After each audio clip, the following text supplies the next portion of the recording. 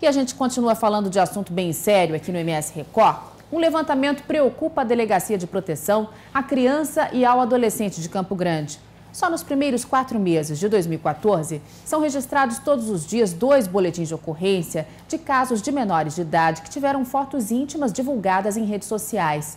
Em 2013, a DPCA registrou por volta de 15 casos envolvendo imagens de jovens expostos em redes sociais. 15 durante o ano inteiro. Já nos primeiros meses de 2014, esse número passa de 15.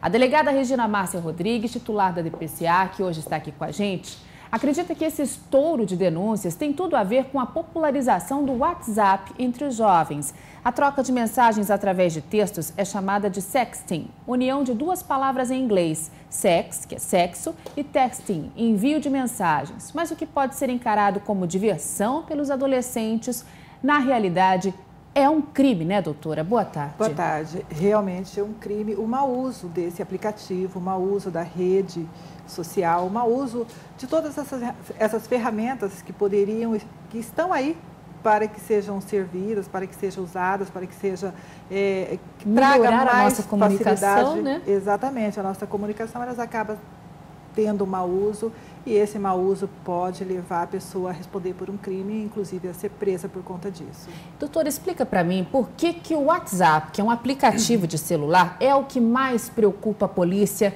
quando a gente fala em disseminação de imagens pela internet? Pela rapidez.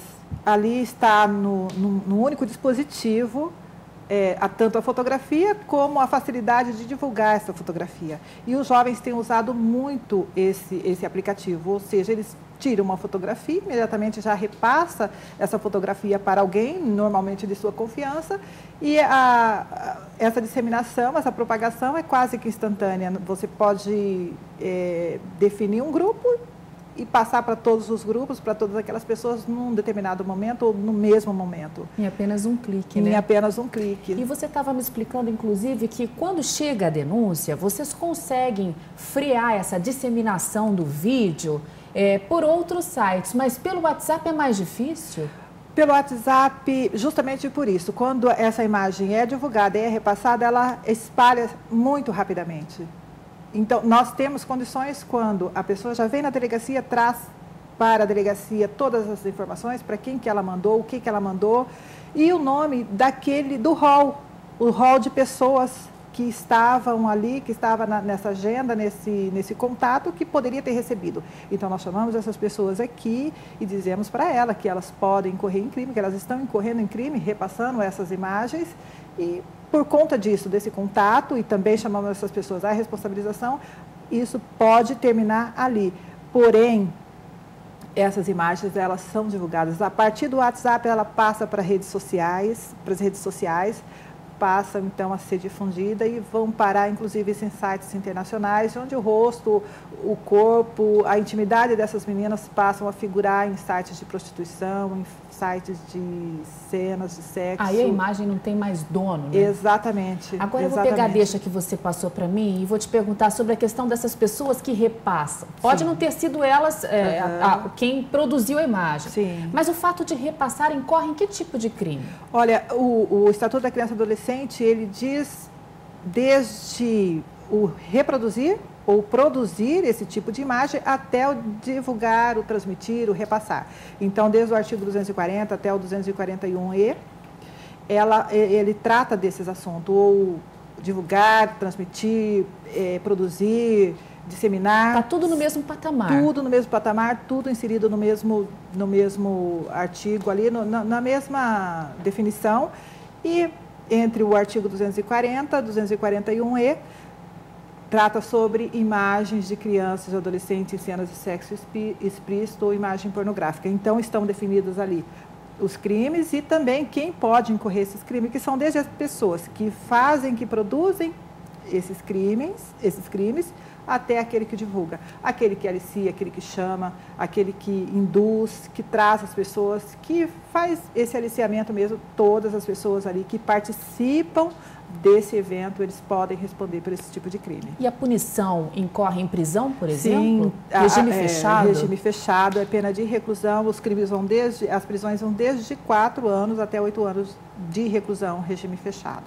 pelo que eu entendi, quem repassa também é visto como um abusador pela polícia. Exatamente. O fato de receber e repassar também, essa pessoa poderá ser responsabilizada, quem armazena também. Então, o que a gente diz sempre, recebeu, apague imediatamente e avise ou a polícia ou avise a pessoa, a vítima, a pessoa que está ali nesse papel de vítima, que está tendo a imagem dela divulgada. Avise essa pessoa, às vezes ela só vai ficar sabendo no dia seguinte, 2 dias depois, e já é Nem tarde. a polícia consegue frear exatamente, isso já foi essa bola de neve, amplamente divulgado. Doutora, queria saber também sobre... vocês, nessa semana passada, e em todas as semanas desse começo de ano, vocês observaram que são, em média, 2 denúncias com esse tipo de perfil, né? Geralmente, elas têm o cunho sexual envolvendo menores de idade, né? Você estava me contando da semana passada, houve 5 denúncias? 5 denúncias. E todas elas com cunho sexual? Sim, todas elas, nesses sentidos, eram imagens de meninas seminuas. E essas imagens, elas foram feitas por elas mesmas.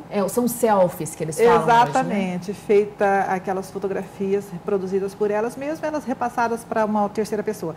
Normalmente essa terceira pessoa é um namorado, um amigo, um ficante, alguém que elas conhece, acreditando que vai ficar só entre eles essa fotografia, essa imagem acaba sendo repassada, difundida.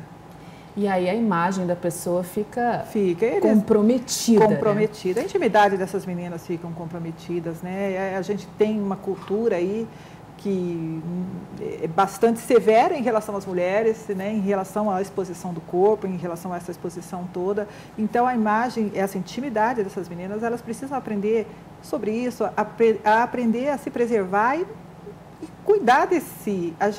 O que nós percebemos ali que foram fotografias tiradas por elas mesmas, algumas oferecidas por elas, sem levar em conta, sem saber o que poderia ocorrer com essas fotografias. E depois ficaram surpresas quando viram essas fotografias disseminadas. Pela quantidade de denúncias que vocês têm recebido nesse início de ano, a polícia já fez um perfil dessas vítimas? Geralmente são meninas, adolescentes, que não formam realmente, não pensam nas consequências, né? Exatamente. São meninas entre 12 e 17 anos.